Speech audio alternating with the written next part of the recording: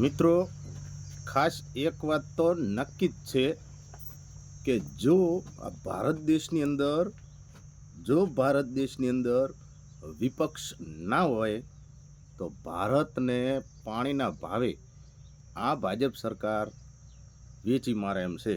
વેચી તો મારી જ દીધેલું છે, પરંતુ હજુ વિપક્ષના લીધે ટકી રહ્યું છે. આપણે જીવી રહ્યા છીએ, બરોબર, અને ક્યાંક ક્યાંક આઝાદ છીએ એવું કહી શકાય.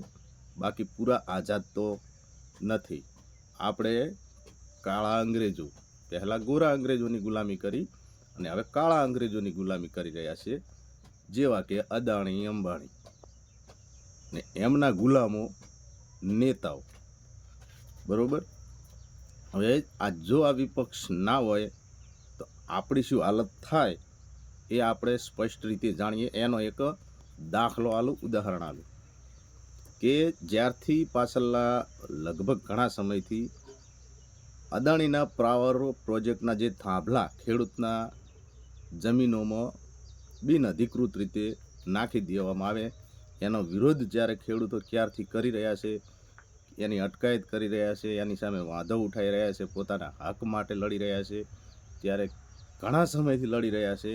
અને એવાની અંદર જ્યારે કોંઢ ગામની અંદર આ આંદોલનોની શરૂઆત થઈ અને એના પછી જ્યારે 2-3 દિવસ પહેલાં જ્યારે ગોપાલ ઇટાલિયા નામનું મરદનું ફાડ્યું કોંઢ ગામમાં જાય છે, ખેડૂતોની યાચના સાંભળે છે અને સરકાર ઉપર કટાક્ષ કરી સરકારને શું શું કરવું જોઈએ, ખેડૂતની વારે આવવું જોઈએ કે નહીં, ખેડૂતોને યોગ્ય વળતર આપવું જોઈએ કે નહીં, મોબાઈલ ટાવરના વળતર આપતા હોય, મહિને ને મહિને એનું ભાડું આપતા હોય તો આ વીજ પોલનું ભાડું પણ ખેડૂતોને આપવું જોઈએ, એવી અનેક ચર્ચા વિચારણાઓ ગોપાલ ઇટાલિયાએ ન્યૂઝની અંદર, મીડિયાની અંદર જણાવ્યું. અને કોટ ગામના ખેડૂતોને આશ્વાસન આપવા પહોંચ્યા, એમની વારે આવ્યા. ત્યાર પછી તમે જોયું મિત્રો, આપણે પાછળના 3 દિવસથી જોઈ રહ્યા છીએ કે આની પહેલાં ખેડૂતો ક્યારથી રાડો પાડી રહ્યા છે, બરાડા પાડી રહ્યા છે, એમના હક માટે લડી રહ્યા છે કે અદાણીના જે થાંભલા ખેડૂતને પૂછ્યા વગર ઊભા પાકની અંદર ખતરનાક રીતે ખેડૂતોને હેરાન કરી, ઢોર માર મારી, પોલીસનો સહારો લઈ અને રોકવામાં આવી રહ્યા છે. અને જ્યારે ખેડૂતો એની અટકાયત કરવા જાય છે, રોકવા માટે જાય છે, ત્યારે અદાણીના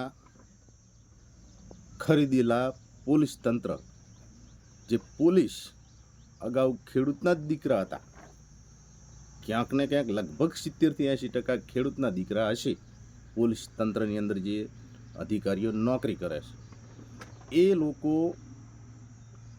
સરકારને જે આમ જનતાના સેવકો માટે હોય છે, એ ઉદ્યોગપતિ અદાણીના જે વીજ પોલ નખાય છે એની રક્ષા માટે, અદાણીના ઉદ્યોગની રક્ષા માટે આ જગતના તાત ખેડૂતોને ઢોર માર મારે છે, ટીંગાટોળીઓ કરે છે. કોઈ ખેડૂત બેભાન અવસ્થામાં આવી જાય છે, છતાં એને ટીંગાટોળી કરીને પણ પોલીસ વાનમાં નાખી લઈ જવામાં આવે છે.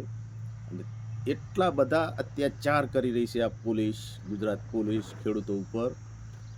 ત્યારે જ્યારે વિપક્ષના નેતા ગોપાલ ઇટાલિયા આવી અને થોડી ઘણી ખેડૂતોની સાથે વાતચીતો કરે છે, એમની વારે આવે છે, અને એની અંદર એક સતત ખેડૂતો સાથે ચર્ચામાં અને પોતાનું રિપોર્ટિંગ કરતા એક મહિલાનું નામ કાજલબેન સુવા, જે સતત જ્યાં જ્યાં ખેડૂતો ઉપર અત્યાચાર થઈ રહ્યા છે ત્યાં આગળ પોતાની હાજરી આપી રહ્યા છે અને ખેડૂતોને અવાજને વાચા આપી રહ્યા છે. ખેડૂતોને જે પીડિત ખેડૂતો છે એમને વાચા આપી રહ્યા છે, પોતે રિપોર્ટિંગ કરી રહ્યા છે. નાના મોટા મીડિયાના માધ્યમથી, ન્યૂઝના માધ્યમથી, મીડિયાના માધ્યમથી સરકાર સુધી ખેડૂતોની દલીલો મોકલી રહ્યા છે. એવા કાજલબેન સુવાને પણ ખૂબ ખૂબ ધન્યવાદ. એના પછી ગોપાલ ઇટાલિયા આવ્યા અને ગોપાલ ઇટાલિયાની જે ખેડૂતો સાથે રહી અને વાતચીતો કરી, એ વાતચીતો આ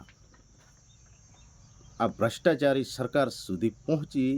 એટલે હવે આપણે જોયું કે 4-5 દિવસથી પાછળના એક કહી શકાય કે મોરબીની અંદર પણ ખેડૂતો આંદોલનો કરી રહ્યા છે. ત્યાં આગળ પણ અદાણીના પાવર પ્રોજેક્ટ પહોંચી ગયો છે અને ખેડૂતોના ખેતરમાં બિનઅધિકૃત રીતે હક જમાવી રહ્યા છે. ખેડૂતોની જમીન પડાવી અને એની અંદર થાંભલાઓનું રોપણ થઈ રહ્યું છે. જ્યારે ખેડૂતો ત્રાહિમામ પોકારી ઉઠ્યા છે અને હવે એના પછી જ્યારે ગોપાલ ઇટાલિયાએ અવાજ ઉપાડ્યો, આ જે વિપક્ષ કહી શકાય, ત્યારે આ ભારતીય જનતા પાર્ટીમાં રહેલા નેતાઓને ક્યાંક થોડું પેટનું પાણી હવે હાલ્યું છે. એટલા માટે હું કહી રહ્યો છું કે જો વિપક્ષ ના હોય તો આ સરકારના નેતાઓ જ્યારે ચૂંટણીનો સમય આવે ત્યારે આપણી પાસે ભીખ માગવા, વોટ લેવા માટે પોતાની ઝોળી આપણી સામે ફેલાવે છે, ભીખ માગે છે વોટની, મને વોટ આપજો, મને જીતાડજો, આવી રીતે આવીને પહોંચી જાય છે. પરંતુ જ્યારે કંઈક જનતાને તકલીફ પડે, ખેડૂતોને તકલીફ પડે ને ખેડૂતો જ્યારે સરકારને ઉપરી વાતચીતો મોકલે, રજૂઆતો કરે, છતાં કોઈ ધ્યાને પડતું નથી. પોલીસ તંત્રને કોઈ કહેતું નથી. ખેડૂતોની વાચા, ખેડૂતોને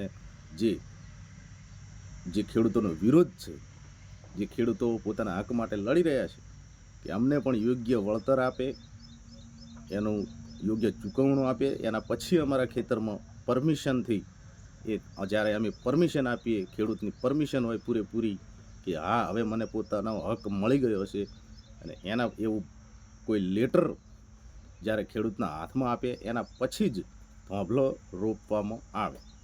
પરંતુ નહીં, કોઈ પણ પ્રકારનું ખેડૂતને વળતર નહીં, અને સીધો જ તાનાશાહી રીતે અદાણીના ગજવામાં સરકાર અને પોલીસોની ખરીદી કરી લગભગ અઢળક પોલીસને પોતાના થાંભલાઓના રક્ષણ માટે, વીજ લાઇનના રક્ષણ માટે ગોઠવી દેતા હોય, અને ખેડૂતોને ઢોર માર મારી અને તાનાશાહી રીતે આ થાંભલાઓનું રોપણ થતું હોય, ત્યારે મડ એક મરદનું ફાડ્યું ગોપાલ ઇટાલિયા બોલ્યા. અને એના સમય પહેલાં જ્યારે રાજુ કરપડા આમ આદમી પાર્ટીમાં હતા, એટલે કે વિપક્ષમાં હતા, ત્યારે બરાડા પાડી રાત ને દિવસ બરાડા પાડીને બધી વાતો કરતા હતા. પરંતુ જ્યારથી ભારતીય જનતા પાર્ટીમાં જોડાયા એટલે એમના મોઢે પણ તાળું લાગી ગયું.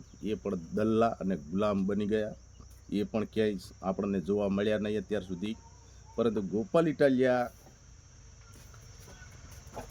જ્યારે કોડ ગામમાં ગયા એના પછી હવે ભારતીય જનતા પાર્ટીના લોકો પહોંચવા લાગ્યા છે. સૌથી પહેલાં મોરબીની અંદર કાંતિ અમૃતિયા આવ્યા તો છે, પણ હજુ એ એવું જ કહી રહ્યા છે કે કામ બંધ નહીં થાય. અમે એવી કોશિશ કરીશું કે હવે ખેતરોની જગ્યાએ ખારા કોડની અંદર લાઈનો પસાર થશે.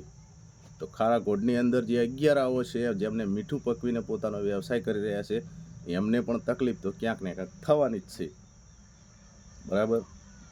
પરંતુ ખેડૂતો એવું કહી રહ્યા છે કે અમને યોગ્ય વળતર આપે, અથવા તો અમને કોઈ વાર્ષિક ભાડું કરી આપે વીજ પોલ નાખવા માટેનું. આવી અનેક મુદ્દાઓ છે, એમની માગણી છે. પરંતુ નહીં, આ કશું કરવું જ નથી. અદાણીના ગુલામ બની સરકાર અને ખેડૂતો ઉપર જે ખેડૂતને લાચાર બનાવી રહી છે, ખેડૂતના પેટ ઉપર પાટું પાડી રહી છે, ત્યારે હવે જ્યારે ગોપાલ ઇટાલિયા સહારો બન્યા છે, ખેડૂતોની થોડી વાતચીતો આગળ લાવી રહ્યા છે, સરકાર સુધી પહોંચાડી રહ્યા છે, કટાક્ષ કરી રહ્યા છે, સરકાર ઉપર ટિપ્પણીઓ કરી રહ્યા છે ખેડૂતોના વારે આવીને, ત્યારે હવે ભારતીય જનતા પાર્ટીના નેતાઓ ક્યાંક ને ક્યાંક ખેડૂતોના ટોળા વચ્ચે જઈ રહ્યા છે. અત્યાર સુધી આપણે જોયું કે કાંતિ અમૃતિયા, એના પછી જીતુ વાઘાણી, પરંતુ હજુ ખેડૂતના હક વિશે કોઈ બોલ્યા નથી. ખોટા આશ્વાસન આપવા ત્યાં આગળ પહોંચી ગયા છે.